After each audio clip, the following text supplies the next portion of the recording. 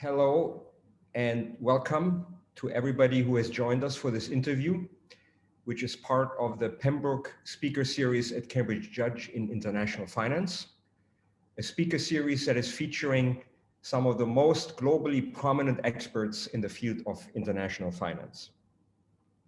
Allow me to introduce myself. I'm Christoph Loch. I'm a professor of technology and operations management and the dean of the Cambridge Judge Business School.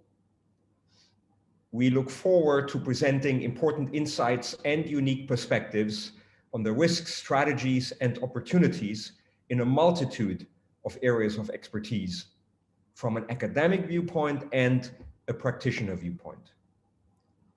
On behalf of Cambridge Judge, I would like to express my sincere gratitude for the generous donation that has enabled this video series. And not only the video series, but also PhD scholarships and the Pembroke Visiting Professor in International Finance. We are grateful for this support to enable the wider ongoing collaboration between the Cambridge Judge and Pembroke College, Cambridge, to increase capacity to contribute to current understandings of finance through teaching and collaborative research, all of this being vitally important for the university and the wider body of knowledge in this area. Now, I'm very pleased to introduce Lord Chris Smith, the Master of Pembroke College, Cambridge, who will moderate and host the session today. And he will also introduce our guest of honor and our keynote speaker, Shriti Vadera. So without further ado, Lord Chris Smith, thank you very much and welcome. Thank you, Christoph, and it's a huge pleasure to have this as our first inaugural lecture and interview as part of the Pembroke Speaker Series at the Judge. Today is the first interview in this series. The title of today's session is Post-Globalism, COVID-19, Economic Policy and Globalization. After the interview, which I will conduct with Shriti, we'll open the floor up to some questions from our audience. So do please feel free to submit your questions in the Q&A tab at the bottom of your screen, and we will take as many questions as time will allow. It's an enormous pleasure to be joined today by Shriti Vadera. Shriti is a very good and old friend, and it's a particular pleasure for me, Shriti, to welcome you to be with us today. Shriti began her career as an investment banker. In 1999, she joined the UK government's Council of Economic Advisors and was made a minister in 2007. She was at the heart of government when the financial crisis of the late 2000s hit us. She was a key architect of the UK's plan to recapitalise banks during the financial crisis, and she helped to negotiate the outcomes of the 2009 G20 London summit, after which she was a key senior advisor to the Korean presidency of the G20. She's now an experienced corporate board member, chairing the Board of Santander UK for the last 5 years and sitting on the boards of AstraZeneca and BHP Billiton. She is also now the Chair-elect of Prudential PLC, due to take over as Chair of Prudential in January. A very warm welcome to you, Shriti. It's wonderful to have you here. And perhaps I can ask a first and rather obvious question. Given the experience that you've had, that I've just described, especially through the 2008-2009 financial crisis, how do you see the events of 2020? How useful is it to compare what happened then with what we're living through now? Thank you, Chris, for that very kind introduction. It's a real honor to be here with you in particular, and with the rest of you.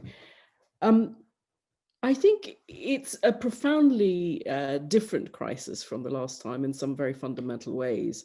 I have to say I was a little concerned in the very early days of the pandemic that the first policy response appeared to be based on the muscle memory of the last financial crisis, with central banks pumping out more liquidity and the banks being asked to provide more credit. But in 2008, it was a banking and credit crisis that created a demand shock and a recession in the real economy. Now we have the deepest and widest post-war recession, in fact, some say since the Great Frost of 1709, caused by a dramatic suppression of demand in the real economy, which may, of course, lead to secondary issues for banking systems. So you could say that the cause and the effect are reversed. That initial policy response has changed, of course, because if the cause is different, the policy tools are obviously different. And we did move quite quickly in advanced economies that can afford it and that are politically able to manage it, to what I think is a more appropriate fiscal response, with variants of support directly to households and to business incomes. Another way that the two crises are different is in scale. In the UK, in the financial crisis, in this crisis, we've seen peak to trough, a fall in quarterly GDP of 20%, and that compares to 6% during the financial crisis. Over the 2-year period during the financial crisis, the fiscal stimulus in the UK was under 2% of national income, and now we're at 10% and still counting, mainly due to the cost of employment support and, of course, the direct impact on public service costs. And the third difference is possibly if vaccines are able to be distributed and sufficiently widely and quickly, and I think there may be some very difficult challenges on this one in some parts of the world. And if its effects last a reasonable period of time, which is not yet proven, we may be able to have a sharper recovery with possibly less medium-term damage to GDP. In the financial crisis, the IFS have said that the UK cumulatively was 11% below the pre-crisis forecasts, whereas the central case now for COVID is 6%. And even the Bank of England and we saw the CBI this morning were talking about returning to 2019 levels of GDP in 2022, which is a 2-3 year return compared to the 5 years that it took from 2008 to 2013 to get back to the size that we were. I do remain concerned, however, about other elements, because we can't confuse rebound with recovery. We seem to have dealt quite well in this crisis in technological and scientific terms. Zoom and vaccines in 10 months rather than in 10 years, they're our saviors. But I don't know if this has really been matched with dealing well in this crisis in societal and economic terms. We need to consider how and when we exit from enormous amounts of fiscal support. Unlike monetary accommodation that the last crisis showed, that can stay in place for quite a prolonged period. But the extraordinary levels of borrowing and debt and the very targeted nature of fiscal support will bring a sort of quicker end to it and to the support for jobs and households. And we need to think about what happens when mortgage holidays and credit card payment holidays and subsidized employment schemes end. And as economies sift through which are zombie companies and which will survive, these pandemic effects could intersect with the impact on jobs from the technological revolution that was already underway before the pandemic, And this could increase levels of unemployment and underemployment to heights that are greater than we've experienced in a very long time. And they could continue to put downward pressure on wages and incomes. And to that point, it's really important to remember that the economic burden has fallen on those least able to bear it. Jay Powell, the head of the Fed, said in an early part of the pandemic that 40% of US households with incomes under $40,000 suffered job losses in 1 month. The ILO estimates 500 million equivalent job losses. They're all mainly in service sectors that require personal interaction, which tends to be low income, more women, more Black and ethnic minority workers. We've seen a rise in extreme poverty in the world for the first time in 20 years, over 100 million people this year, and that's likely to rise again next year. The closure of schools is going to have a very lasting impact on large groups of children from less privileged homes. And of course, these shocks will coincide with the acceleration of existing trends in geopolitical tensions, nationalist protectionism, technological disruption, and a global economy that was already slowing down before. So for me, one of the key lessons from the last crisis is not to declare victory too early. In that crisis, the backlash and the wider consequences, including in part the rise of nationalism and populism, it came late in that cycle. We were arguably premature in fiscal consolidation globally. The turning point was at the Toronto G20 in 2010. And there was a prevailing view then that we needed to, in fact, that we could go back to how it used to be. This time, we need to ensure that we support the transition and its after effects, and that fiscal and structural policy, rather than monetary accommodation, remain the preeminent policy response. And that what seems immediately a resumption of some very welcome normality, it hides much deeper and more persistent consequences that have to be faced up to. Thank you. And now you have very graphically described how this is happening not just in one country, but everywhere. Back in the late 2000s, in the financial crisis, you sort of led the way in developing international collaboration in order to try and address what was happening. How do you view the state of international cooperation today, and where do you think that will lead us as we try to build out of the COVID experience? Chris, I'm not sure I'd say I led the way, but clearly,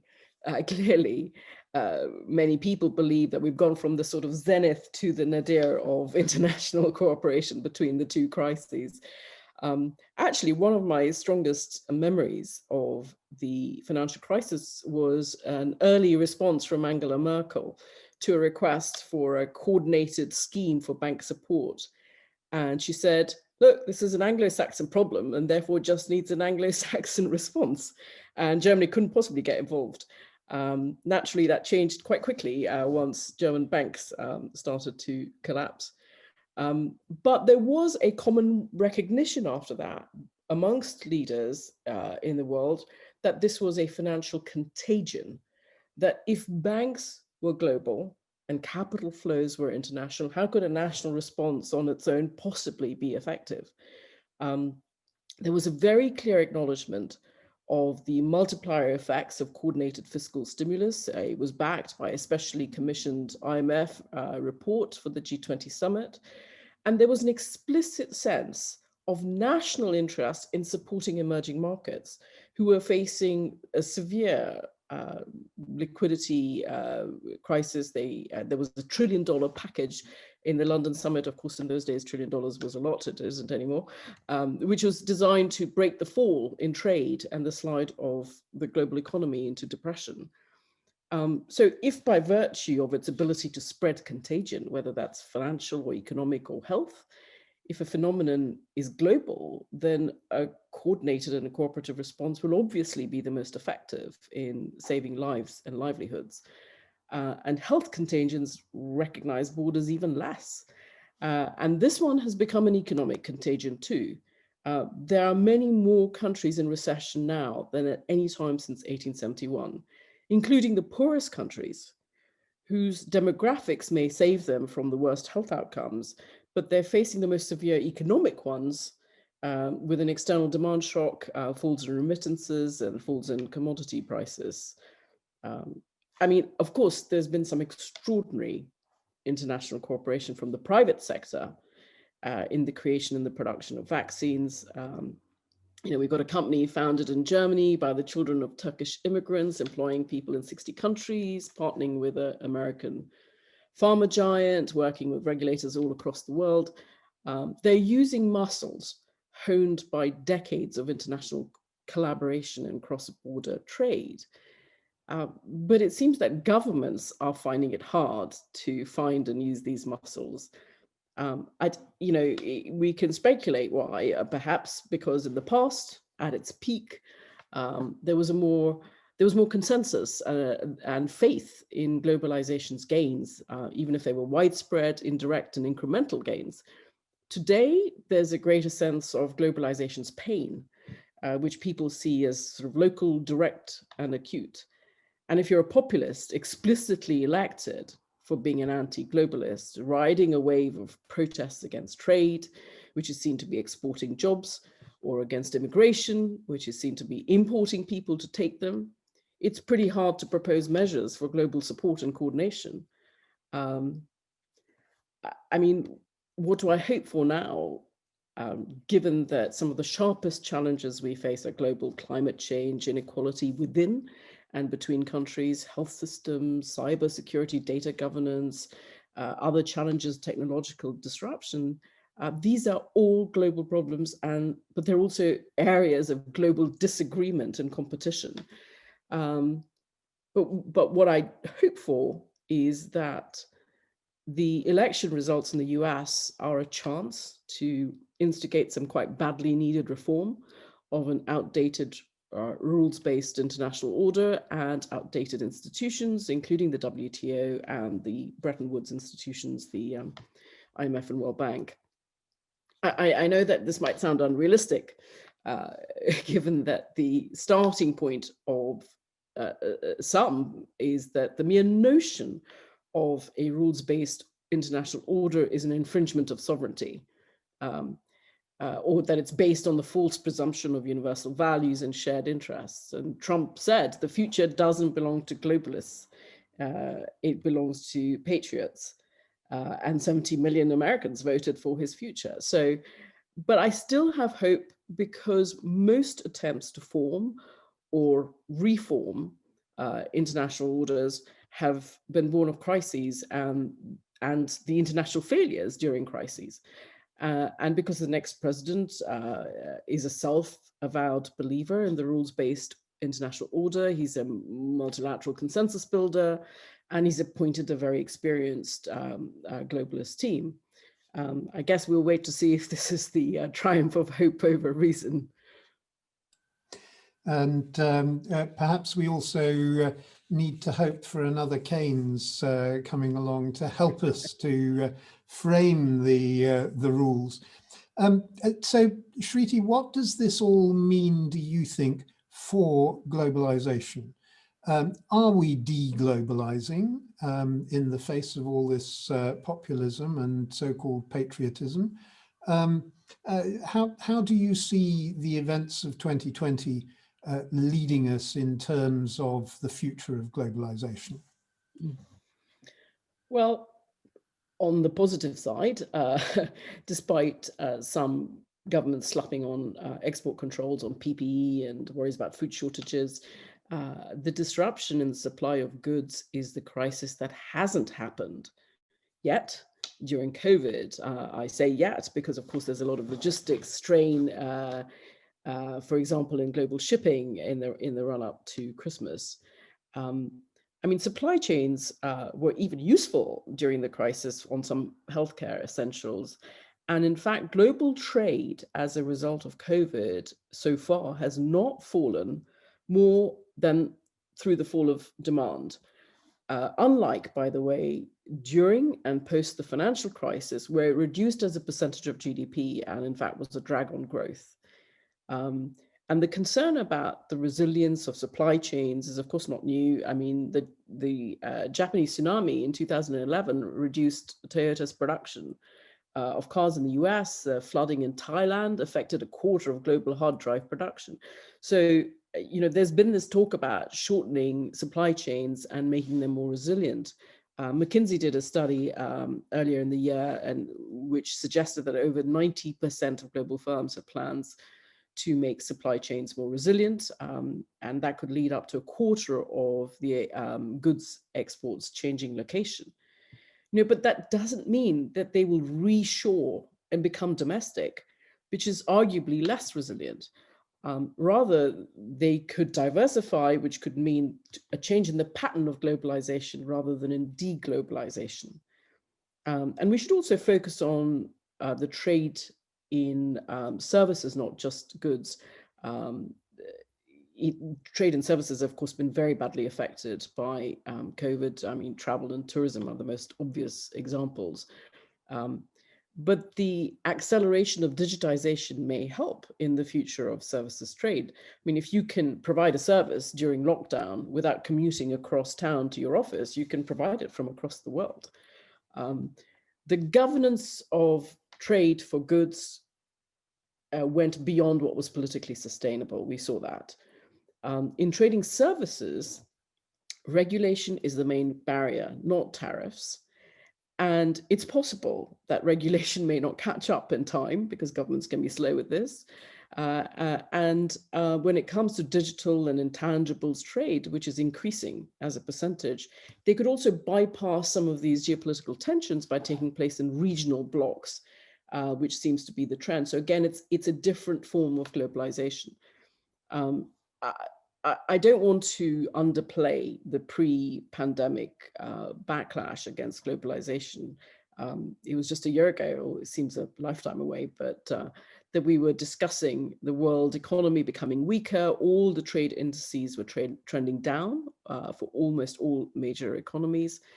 And we were, of course, fixated on the US-China trade wars, but trade tensions were breaking out everywhere: Japan, Korea, US, EU, and of course, EU and the UK with Brexit.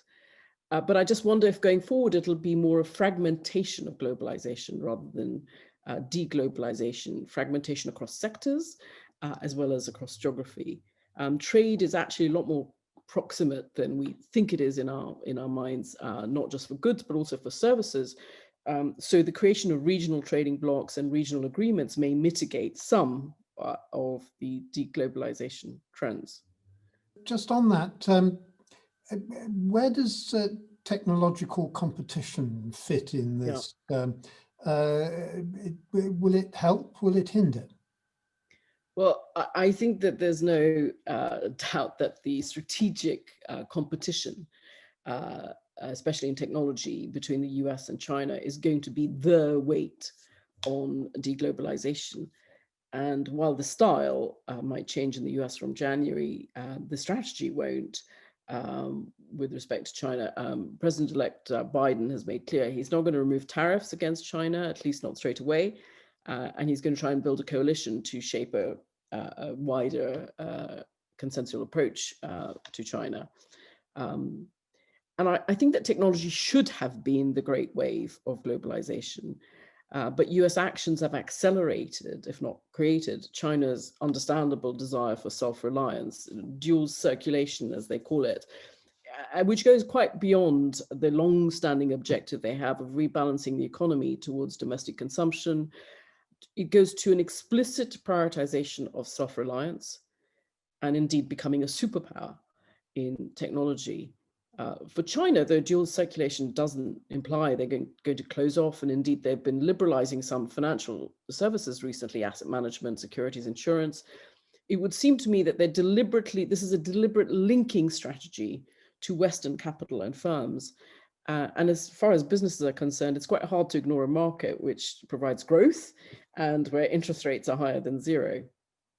I think the shutting out of China from technological participation could lead to a dual system, the sort of splinter net, as they call it, but without interoperability between them. The center of the fight to reform and maintain globalization isn't therefore going to be tariffs on goods, however emotive and headline grabbing, but on the setting of standards of digital AI data governance, all of which could underpin future cross-border activities in large proportion of goods and services. I mean, the standards of 5G may be set now, but they're not set yet for 6G. In all of this, what are the challenges for the way in which business and government around the world work together to respond to all of this? Well, as I said, the key challenges facing the world: public health, climate change, technological disruption, its accompanying pain of social transition, economic fairness, huge demographic changes. They're all challenges firmly in the space of externalities and global public goods. And by definition, this requires a greater role for governments domestically and greater cooperation between them internationally. It's not, by the way, completely a coincidence that this greatest need comes at a time of palpable deficits in public leadership globally. Political and economic cycles can lag each other and sometimes create vicious cycles.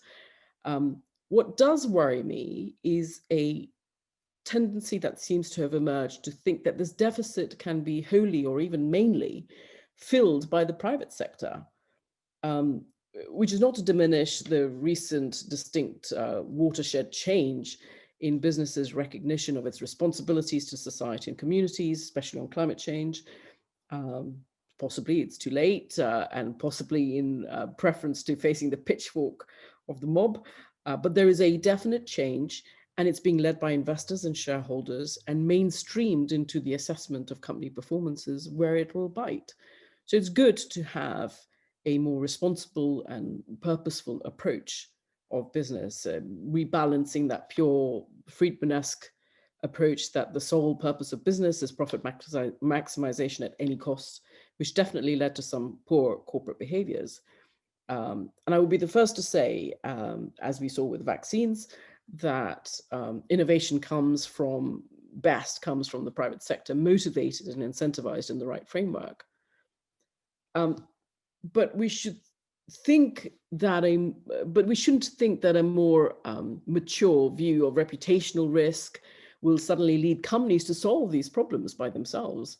And we should not soap ourselves into a view that the private sector have no hard trade-offs between short-term returns and long-term decision-making, or between pure financial metrics and taking account of wider societal needs. And so I worry about giving companies a seemingly independent mandate of making these trade-offs without clearer directions, standards, hurdles, regulations that are decided democratically or by governments, and that these trade-offs should be applying more uniformly to all companies in an economy. I mean, do we really want the chairs of banks or CEOs of tech companies of the world making these trade-offs on behalf of society?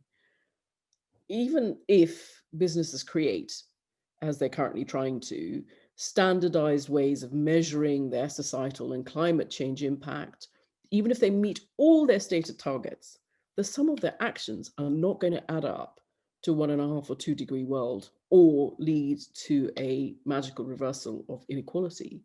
These problems have fallen into this too difficult to do bucket, requiring too many unpopular political choices, too much global coordination. So there's been some sort of abdication of responsibility by governments for creating the framework within which businesses can excel in finding the solutions that they're best placed to. So are we facing a crisis of capitalism, or are we simply seeing capitalism changing into something a little bit different from what we've been used to? Well, I may sound like a complete off-the-wall radical now, but even establishment figures like Mark Carney are talking about quite radical changes in capitalism, as you'll see that from his first Reith lecture. I would say we are facing a profound challenge to the workings of capitalism, which could go quite deep. We're trying to understand what the role of labor in the economy is. And that means the role of people that capitalism is meant to serve. And it seems to be becoming less important. The marginal utility and the marginal return of labor appears to be declining. It was straightforward in the industrial age that labor was a critical productivity driver and it needed to be invested in, trained, skilled to higher levels to grow productivity. Is labor the key productivity driver in this era of technological revolution and automation? The most basic form of economic participation in capitalism has been through labor, working for a wage. But we don't seem in the current disrupted state to be able to value the contribution of people in a satisfactory way. It really struck me as sad and odd that we were prepared to go out and clap every week for the NHS workers saving lives, but we weren't able to find a system that pays them fairly. And if working for a wage can't fully play the traditional role to maintain livelihoods and to underpin a fulfilled life, we need to rethink in a way that goes deeper than that traditional go-to policy response of more skills when there aren't enough skilled jobs available. And by the way, something similar might be happening to capital. We used to focus on its careful utilization because activities were so capital intensive. Today, they're not so intensive. We have surplus of capital, maybe 5-10 times more than we need. And its nature is changing from hard capital to more intangible, digital, social. So if it's hard to sell labor services in a way that is fairly recognized in the economy, and the nature and the availability of capital has changed, what is our version of capitalism? And how does it deliver what society wants? And these, by the way, not the sorts of questions you want business tackling on its own without direction or mandate from governments, which is a process that starts with big policy discussions in places like this. And there are an awful lot of really fascinating questions buried in there that I hope we'll be picking up in the Q&A in a moment or two. Just a final question from me, because we are talking here with an audience from the University of Cambridge. What advice or suggestions might you have for students who will graduate or have recently graduated during this very strange period of change that we're living through?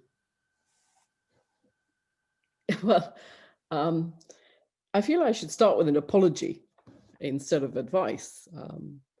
In many advanced countries, we're going to be the first generation not to bequeath a better life to our children. And that's illustrated in the UK by the very dramatic drop in millennial home ownership over 20 years from 55% to 35%. In the US, only half of those born in 1980 will earn more than their parents, compared to more than 90% of those born in 1940. So we're leaving you instead a legacy of challenges, debt, and climate crisis. And I know for many young people starting to look for jobs, there couldn't be a worse time. So please take the advice with the level of salt that it deserves. I guess my first advice would be never to give up your ideals. Some people in my generation are saying, look, wait until this lot really grows up and they have mortgages and children, and then let's see how idealistic they will be about purpose and the greater good in their daily lives. Well, I would really like you to prove them wrong, because more of the same isn't really going to solve the problems you will inherit. And secondly, I think on a personal level, notwithstanding the state of the world, the advice I always give is to follow your passion in whatever work you choose to do. It will serve you better than ambition, money, the status of the job, the pecking order and the hierarchy, wanting to be CEO. These things won't sustain you in the long run. Focus on achieving or creating what you really care about and what makes every day at work worthwhile. Being passionate will open doors and increase your chances of success anyway, because it's a unique quality in the world of work. But even if you fail in your goal, what's the worst that can happen? You spent your time doing something you loved. And that worked for me, and I hope it will work for you. Thank you very much. And thank you, Shriti, some really interesting thoughts, ideas, challenges, problems, issues that you've thrown up in all of that. This is quite enough from me. Now going to hand over to the floor and questions that are already, I see, coming in. I'm delighted to say that Othman Cole is going to lead us through all of that, and I will now hand you over to him. Hello, everyone. My name is Dr. Othman Cole, and I'm a senior faculty in management practice, finance, and the deputy director of the executive MBA program at Cambridge Judge. And it's such a pleasure to be hosting this Q&A session. During this interview, we've already had some questions coming in, as Chris alluded to. But before we get started, just one more reminder to our audience members today. If you have a question you'd like to pose, please do so by entering it in the Q&A tab at the bottom of your screen. Shriti, thank you very much for all of your insights so far. To start us off with the questions from the audience, we have our first one that's just come in, which is, what role do you think central banks will play as the global economy endeavors to emerge from the coronavirus pandemic? Well, a less central one, I hope. I recognize that they did their job promptly and prevented a meltdown, potential meltdown in financial markets during some very hairy moments in March this year. And monetary policy is now as accommodative as it can be. But, you know, monetary policy has its limits.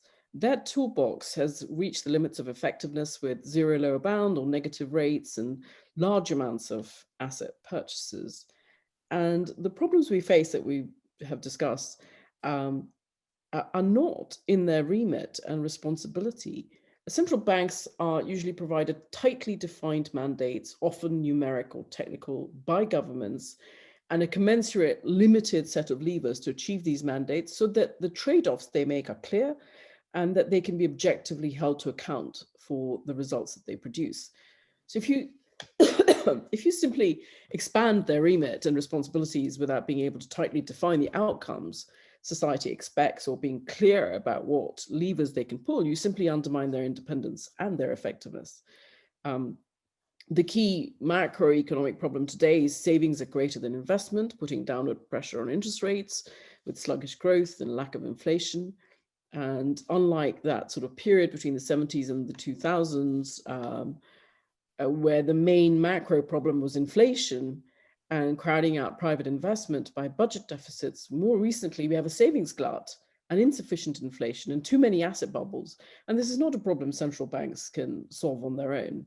And as for this particular moment in time, what is the role of money supply when there is a demand shock induced by public policy to save lives? What is the relevance of central banks when you need targeted interventions in sectors of the economy to transition, for technological disruption, to support segments of the population, to combat inequality, to create a public health system for pandemics, for the aging population, or to deal with climate change? I mean, climate change is just the most recent example of this notion that central bankers can solve everything. Yes, they have a role in the supervision of financial services to ensure that financiers take climate risks fully into account for their stability. But just because central banks are a competent part of the public system does not mean they are the most important part of it in solving climate change. We have to kind of get away from this misunderstanding that whenever there's a problem, central banks will step in, throw money at it, and this is the only answer that is needed. And perhaps we impose this sort of superhero role on them because of their competence in a political vacuum. But we have to acknowledge the limitations of their influence and the narrowness of their role, so that there is no obfuscation about who is really responsible and where the attention of the debate should be. Fantastic. Thank you very much, Shriti, for those interesting insights, and so relevant for these times in which we find ourselves. We've had another question in, and again, just a reminder to the audience, you can put your questions into the Q&A box at the bottom of your screens. So the next question, Shriti, this is interesting. What should businesses be doing to tackle the gender gap, particularly in the financial sector? From your experiences, what has worked well to progress women's careers? Well, I should first just clarify, because I have found that there is a little bit of confusion about this gap word, that there is a gender pay gap, which is a reporting requirement in the UK, but it's illegal for men and women to be paid differently for doing the same job, and I can't think that many responsible companies are wittingly doing that. But that gender pay gap is designed to show that, in fact, how many senior women a company has relative to senior men, and seniority being measured by pay. And then, by the way, that gap can also be skewed by having fewer junior men and support staff relative to women who are paid less. So in terms of the overall sort of gender gap, so to speak, there has been progress in financial services amongst the firms that signed up to the Women in Finance Charter, where I've been a patron. A third of senior management are now women. But the pace of change is really slow, I mean, glacial. On average, female representation has edged up by like a percentage point since it started to report, I think in 2017. And at this rate, it'll be, it'll be 2037 before we reach parity.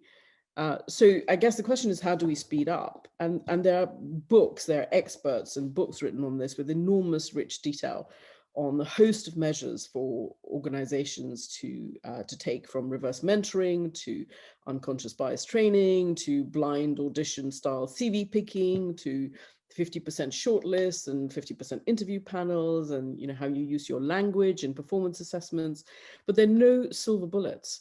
You have to study the evidence of what is the blockage in your firm and act continually and persistently. I would only make two general points. The first is you can't make the change without men, who by definition are majority in charge. Men being the champions of the change instead of threatened by it or thinking it's an irrelevance of political correctness. So convert the men and pick male gender champions, and don't just preach to the converted, even though that can be very comfortable. And the second one is that it's important to ensure we explain this is about company performance, not just about justice. Research has consistently shown that the more diverse a team or company, the better its performance. If you told a senior executive a change of supplier would improve the efficiency of his production by X%, I mean, he would be all over it like a bad rash. So I'd like to give you an anecdote, in fact, of a hard hat wearing Australian mining company where 10 years ago, a new board director, which was me, I was told by a mine site director that as a mere Sheila, surely worried about my hair and makeup, I shouldn't really be entering the mine shaft. And a few years later, there was a new CEO at BHP. This was now about 6 years ago, who was a real champion and a crusader for diversity. And he used one of the most complex SAP systems in the company that any company has. This one could record and point to the cause of differences in tire tread usage in different mine sites. It was so complex. He used this system to measure the performance of more or less diverse teams inside the company. And then within a couple of years, it became clear that the more diverse teams had better safety record, greater efficiency, greater accuracy in forecasting production. All of the things that were rewarded and made the less diverse team sit up and notice. And BHP has a long way to go, but it is now far ahead in the lead on recruiting and retaining senior women in the mining sector. So if you want to change a company, you have to go to the heart of who runs it and what makes it tick. Fantastic. Thank you very much, Shriti. Some really helpful perspectives there for people thinking of a career broadly and in the financial sector specifically, especially for the women in the audience today. I have a couple more questions in, Shriti, if I may. The next question is, are there any aspects of the role universities play in coordination with the financial services sector that you would like to see developed, and why? I would like to answer the question in one tangential way, which is that I worked quite hard when I was in government on the relationship between universities and science and innovation. And what it was a fantastic sort of period where suddenly we were discovering a whole host of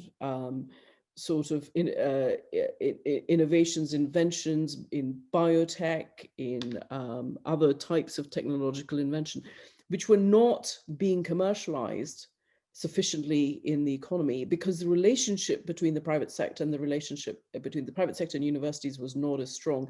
And it's not about, the top levels, really. It has to be at the working level. You have to sort of know the person who's working on a particular research project in a lab to really understand this is going to be useful to me in my company. So I think that it's really important to have a relationship at a level that can create the synergies, and at a working level that can create the synergies between companies and the private sector. And I think that is a lesson that I take even in financial services, because if you look at fintech, I think the great innovations will come from outside of the banks, but it'll be the banks that will have the ability to pull them in, commercialize them, and give them scale and use them. So they don't have the innovation DNA which universities might have, but they will have the ability to commercialize. So again, I think it needs that same sort of working level relationship. But in financial services, I would say that I have two other things that I hope that universities can provide. One of them is history. That whole thing of this time it's different. These are the most dangerous things in financial service. This time it's different. And actually, having learned financial history will bring in people into the sector who have a sense of perspective that is better than I think the sector has the ability to learn from itself. And this repetition of the cyclical repetition of periods of crisis would be lower if we were able to harness that learning. And the second thing is that I would like people in thinking of joining financial service or being trained to join financial service from universities, really understanding the ethics of what they do and having a sense of purpose about what they do. When you go into financial services, unless you're in the very front end of the consumer facing market, you're in a branch, or you're in a contact center, or you're creating something that's very close to customers, it's very easy to get detached from your purpose in life.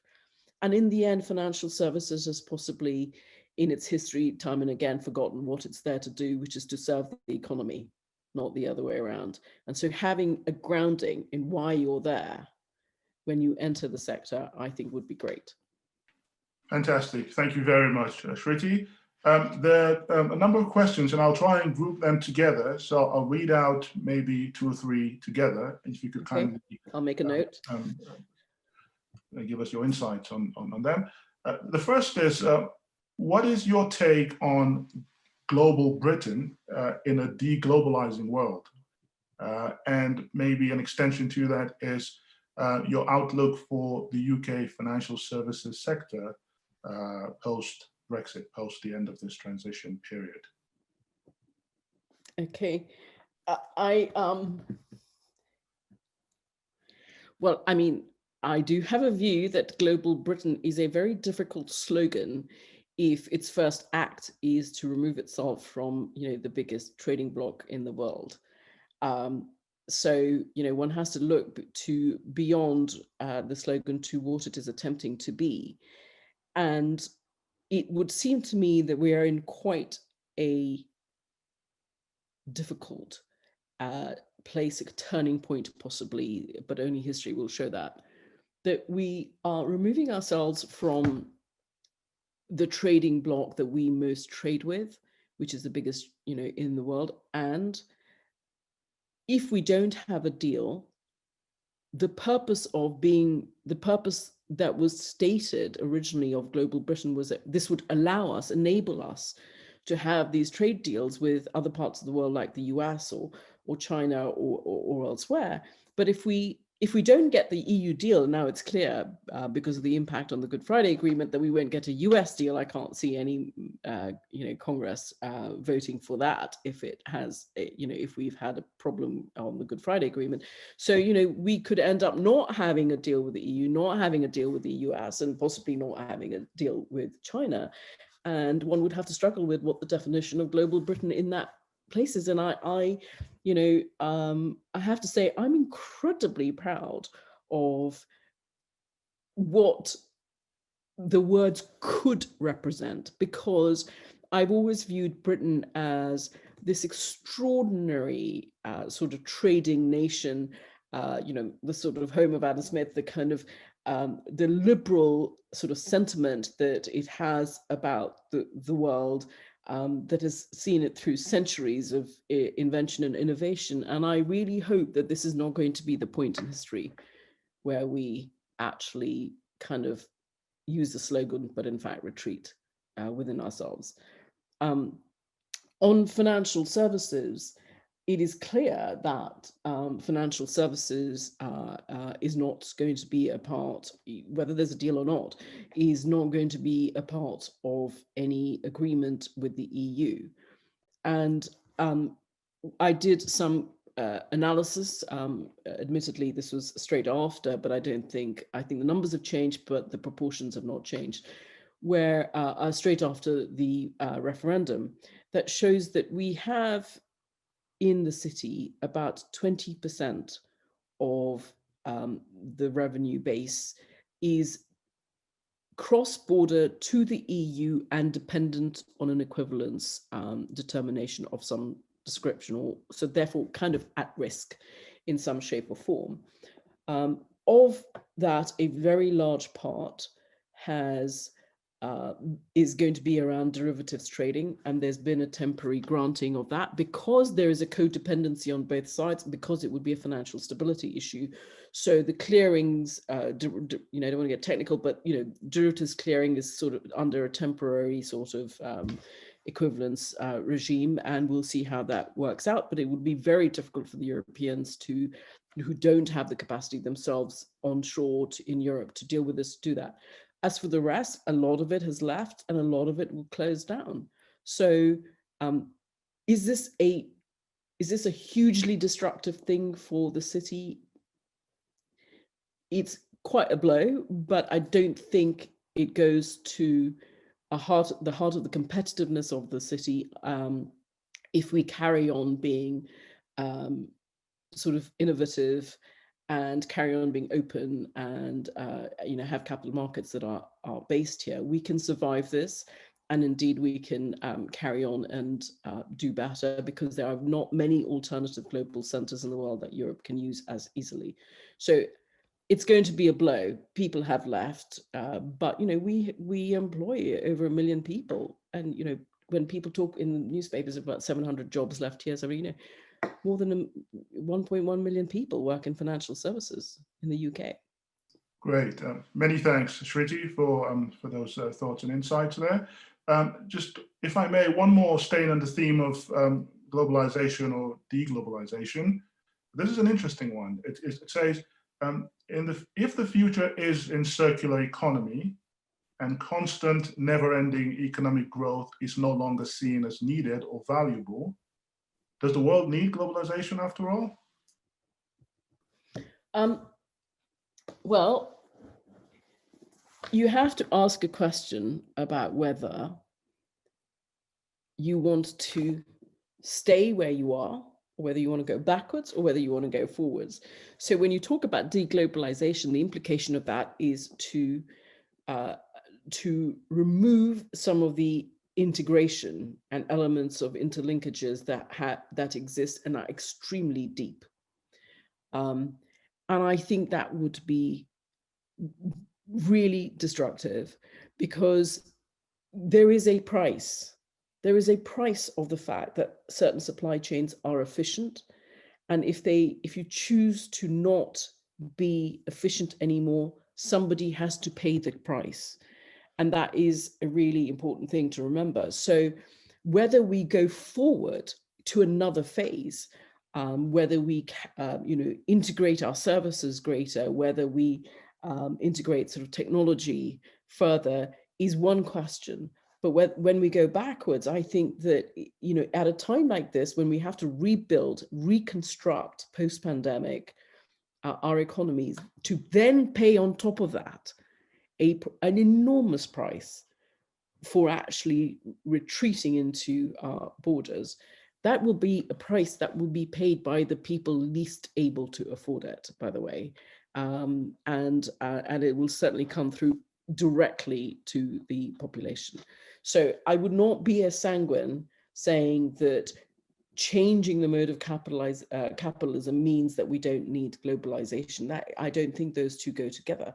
The other thing is that if you are a globalist and internationalist and you see your sense of obligation to not just confined within a border, but across the world, I mean, globalization lifted hundreds of millions of people out of poverty. It was an extraordinary feat.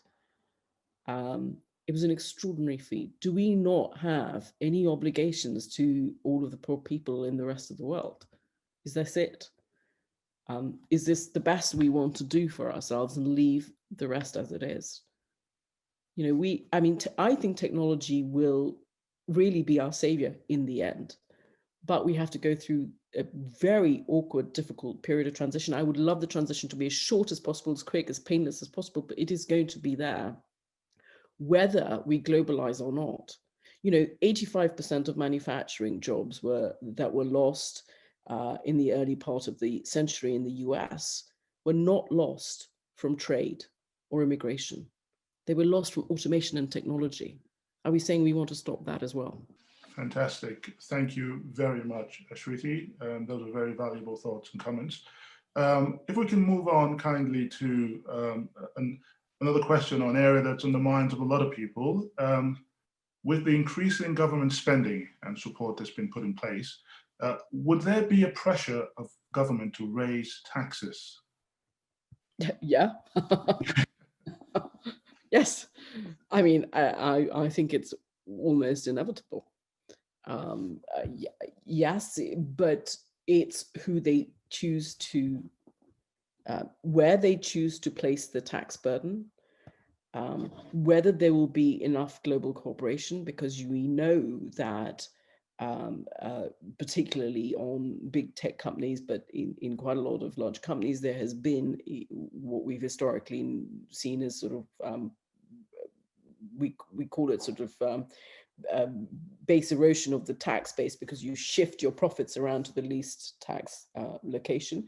So you don't want to be in a world in which really the only thing that you can tax are sort of, fixed assets and poor people, because they can't move, because everything else moves. So you need to have a taxation system that is progressive and fair, but also internationally coordinated, which is going to be one of the big problems as even President-elect Biden, I don't think, is up for considering a sort of an international coordination on taxation for digital and for the tech companies. And I think that is a real problem, because they do pay less tax than sort of, the rest of the Fortune 500 or or comparator companies. So I think that there needs to be an element of that, but in the end, somebody has to pay. I mean, this has to be paid back. And historically, we know it's paid back by inflation, or it's paid back by taxation, or by default, or by, this has to be paid back. Okay. But at the moment, we have very low interest rates, so it's not the most immediate issue. Excellent. Thank you very much again, Shriti. If I may indulge myself, we're coming to the end, and if there's one very quick question I would like to seek your thoughts on, it's about, you alluded to it, the sort of emerging markets, developing countries, and our responsibilities in that sense. So what are your thoughts about financial inclusion, financial access to developing countries, poorer countries, given your rich experience in financial services sector? Well, it's a very big question, so you can take any element of it. I think so. When I actually was a campaigner for debt relief for poor countries, which led in the end to the Jubilee 2000 campaign, and then the forgiveness of debt. And I think that it's really important to, and I have, of course, we've seen today even a move to trying to find a cohesive response to highly indebted poor countries. And I'm not talking about, classic North Asian sort of countries who are more able to deal, in fact, indeed, are possibly dealing much better with the pandemic. I'm talking about, the poor countries that have got high debt burdens and who are feeling the economic pain and don't have the resources to deal with the pandemic. And so we've seen this G20 response at this time to try and coordinate some debt relief on that. I think you have to sort of balance that with the point that you're making about financial inclusion and access for, and I'm now talking at the sovereign level, and I would like to also talk about the micro level. But at the sovereign level, it is unfortunate that many of the countries that were given debt relief in the early 2000s under this big debt relief program then went out and borrowed again because they had financial inclusion, in the sense they had financial access, and did not always borrow responsibly, and lenders did not. Lenders' responsibility always takes two sides. It's never one side. So I think it's very unfortunate, and I think that people should be more careful about the terms in which you access funds as opposed to borrowing.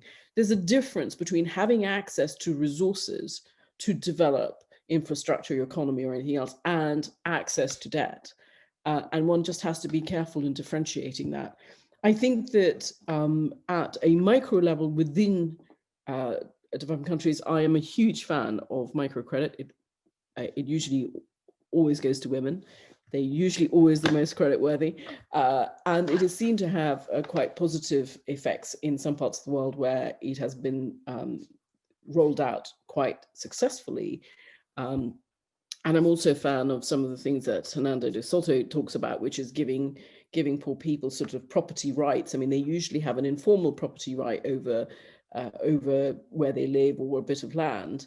But it's never been formalized because the infrastructure doesn't exist. But that could create the basis of collateral to create some degree of entrepreneurship. So I think there's a lot that can be done in this area. But at the sovereign level, I'm a little nervous that we don't get into the same cycle of rounds of, you forgive the debt, you provide access to certain types of more concessionary funding, but countries still go out and borrow in the capital markets when they really shouldn't. And by the way, when these banks shouldn't be actually bringing them to the market either. There's responsibility on both sides. Okay, excellent. Thank you very, very much, Shriti. I think that concludes my section. I'd like to just once again reiterate my thanks and wish you the very best in your new role at the Prudential and all your other activities. I will now kindly pass on to Lord Chris Smith for the next step. Thank you very much, Osman. I just wanted to nip in with two further questions from me, picking up on some of the themes that were coming in from the Q&A. The first of which is just going back to the discussion we had earlier on populism stroke patriotism, the desire from some normally not necessarily well-motivated politicians, but nonetheless they may have a point in a democracy, the desire for domestic enhancement. It's us before the rest of the world. How really do we cope with that? And is there any merit whatsoever in the arguments that some of those populists make? I think there absolutely is merit. It's not possible for there to be no merit, because if there was no merit, then it wouldn't be taken up as a cause. So I call populism, and then I saw it also as somebody had used it, I think, in an essay or a book title, but populism is like the bad conscience of liberal democracy.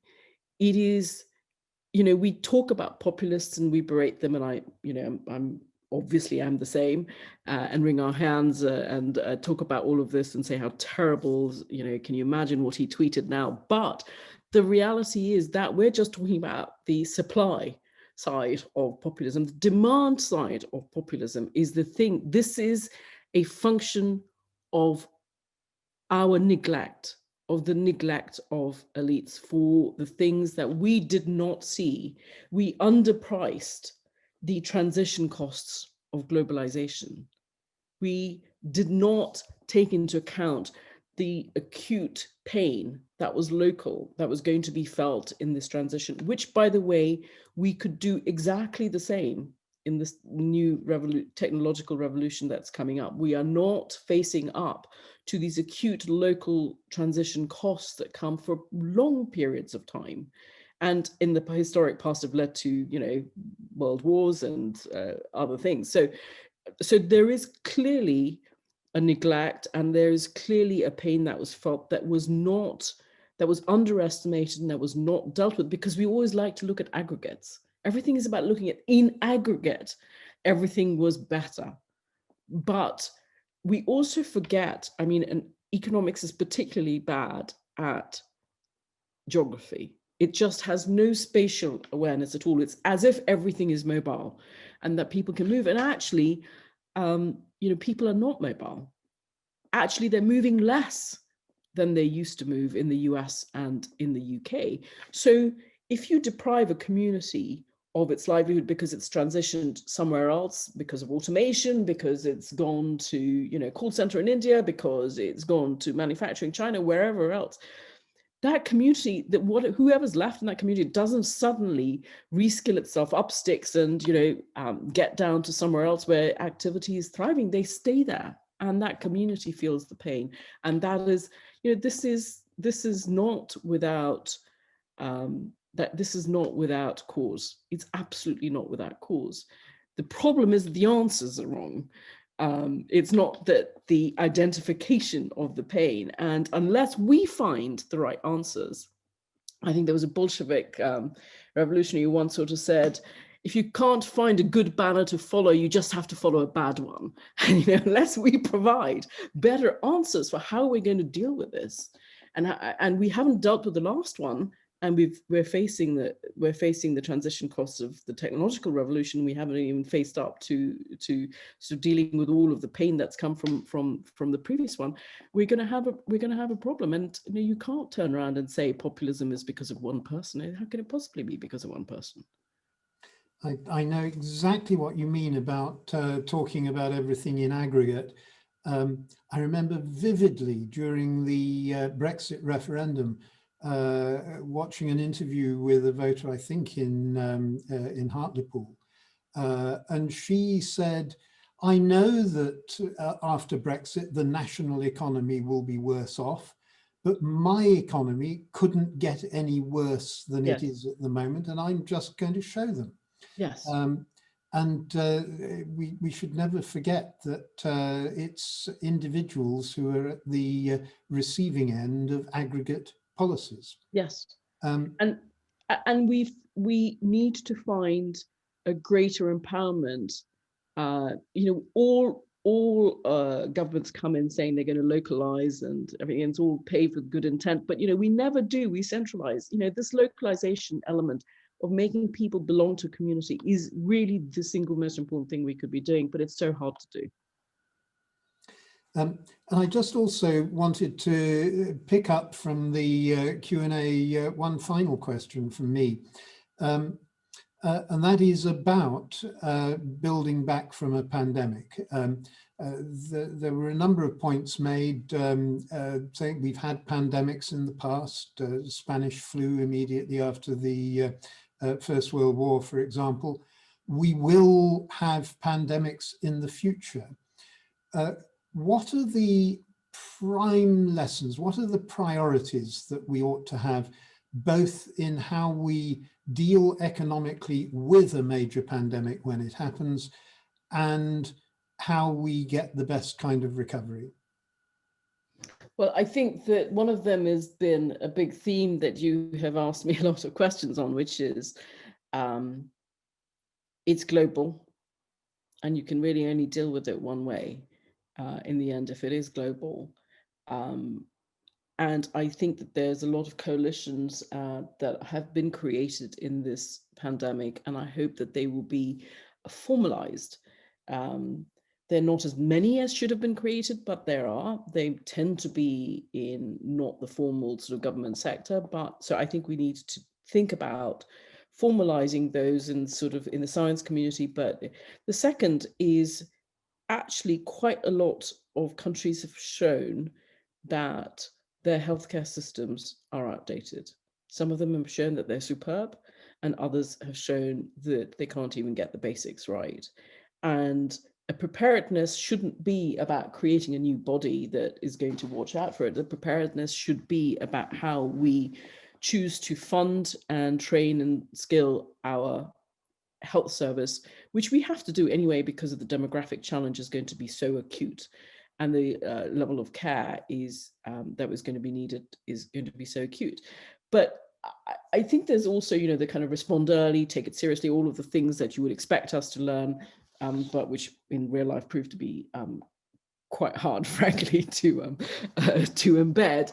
But I also do hope that we will find a way of overcoming this issue of resistance to the kind of doing the basic things that allow us to belong to a society together. Wearing a mask,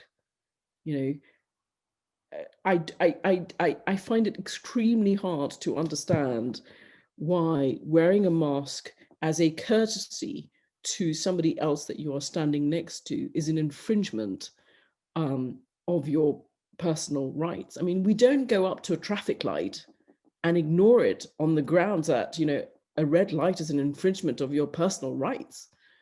When you look at, I've just come back, Chris, I was mentioning earlier that I've just come back from Hong Kong and Singapore, and it's always such a shock to land in the UK and find nobody's wearing masks. And when you're in these countries, which have had phenomenally low levels, actually, of outbreaks, they all wear masks. And it's inconceivable to them that you would be so inconsiderate as not to wear one. So the education of, these are the things we do. It's like, you pay your taxes and you follow the traffic lights and you wear a mask. You get yourself vaccinated. These are the things you do. This is the price you pay for belonging to a society. Thank you. And thank you, Shriti. That's quite enough from me. It's been wonderful having the chance to talk with you. And I'm now going to hand back to draw things to a conclusion to Christoph. Okay, thank you very much, Chris. So Shriti, I thank you for a fascinating interview. I made some notes and there are some things that really resonated with me especially, even though I'm very impressed by the insights that you were able to share with us. So for example, I really liked your remarks in the beginning about globalization. You said, deglobalization is unlikely. Globalization has created a lot of value. There will be different patterns, you know, and that really resonates with me. You also said there are big challenges, all have to do with externalities. And that's something that we see, and that is something that we as a business school will have to live up to in our discussions with businesses. Your remarks about the role of women, you know, again, that resonated with me a lot. And that's something that, you know, we as an organization, you know, we are trying to get to the diversity benefits that you named. So I'm very aware of that. And, you know, thank you for bringing that up. Your words about financial history, I had to smile because we have a couple of faculty who are making exactly the same point that you made. You need to know financial history. So they sat there clapping, you know, when you made those remarks. I also loved your comments about the sources of populism are really in the failure of our elites to take care of people. And that's something that I have discussed with colleagues for a long time. People have been left behind because of blind spots or not caring. That's very important. And that's related to, you know, one other thing that I want to pick up, the role of labor, you know, where you said the role of labor is becoming less important and disappearing. Now, you know, we've had that already 150 years ago when people were displaced from agriculture and had to move into manufacturing, which led to great deprivation, which we read in, you know, in Charles Dickens' books from the 1850s. But that reversed. In the 1950s, manufacturing jobs were very well paid. And I know that some of my older colleagues, you know, they are telling the stories like in the 1950s as a blue collar, you know, auto manufacturing worker, you could earn more than an academic, which is now deteriorating because people are being displaced into services. And I think that's which comes right back to what you said earlier. You know, we already have services which are being well paid now in the financial services, but in general, we're worried about hamburger flippers. So we are getting back into a situation of the 1850s, but in people who have moved into services. And that's where the elites and where the wisdom of governments is coming in. And you made a remark where you said, you can't leave this to companies. And I think that's very important, and I agree. And that's really where it's required that governments step up in order to provide guidance and frameworks within which businesses can act in a way where we will get to a point that labor will become important again, but in services rather than manufacturing, because our manufacturing needs will in the future be fulfilled by a very small number of people, and we're already on our way there. So, you know, I allowed myself, you know, to give a little bit of a very idiosyncratic summary of your remarks, which I really, really found, you know, very helpful and insightful. Thank you very much. And you know, and you have certainly set a very high precedent for the future to come in this series. So, you know, a deep thanks from me. And a big thanks also to Lord Chris Smith, and to Othman, Dr. Othman Cole, for moderating the session. I hope that many people will come to the next lecture in our series, The Pembroke Speaker at Cambridge Judge. And so, as always, a big thank you to all the alumni and all the other members of the Pembroke and CGABS community who have joined us. Thank you very, very much to all of you. Thank you for coming. And again, thank you for Shriti for wonderful, deeply insightful remarks. Thank you. Thank you. It was a pleasure to be here. Thanks very much indeed.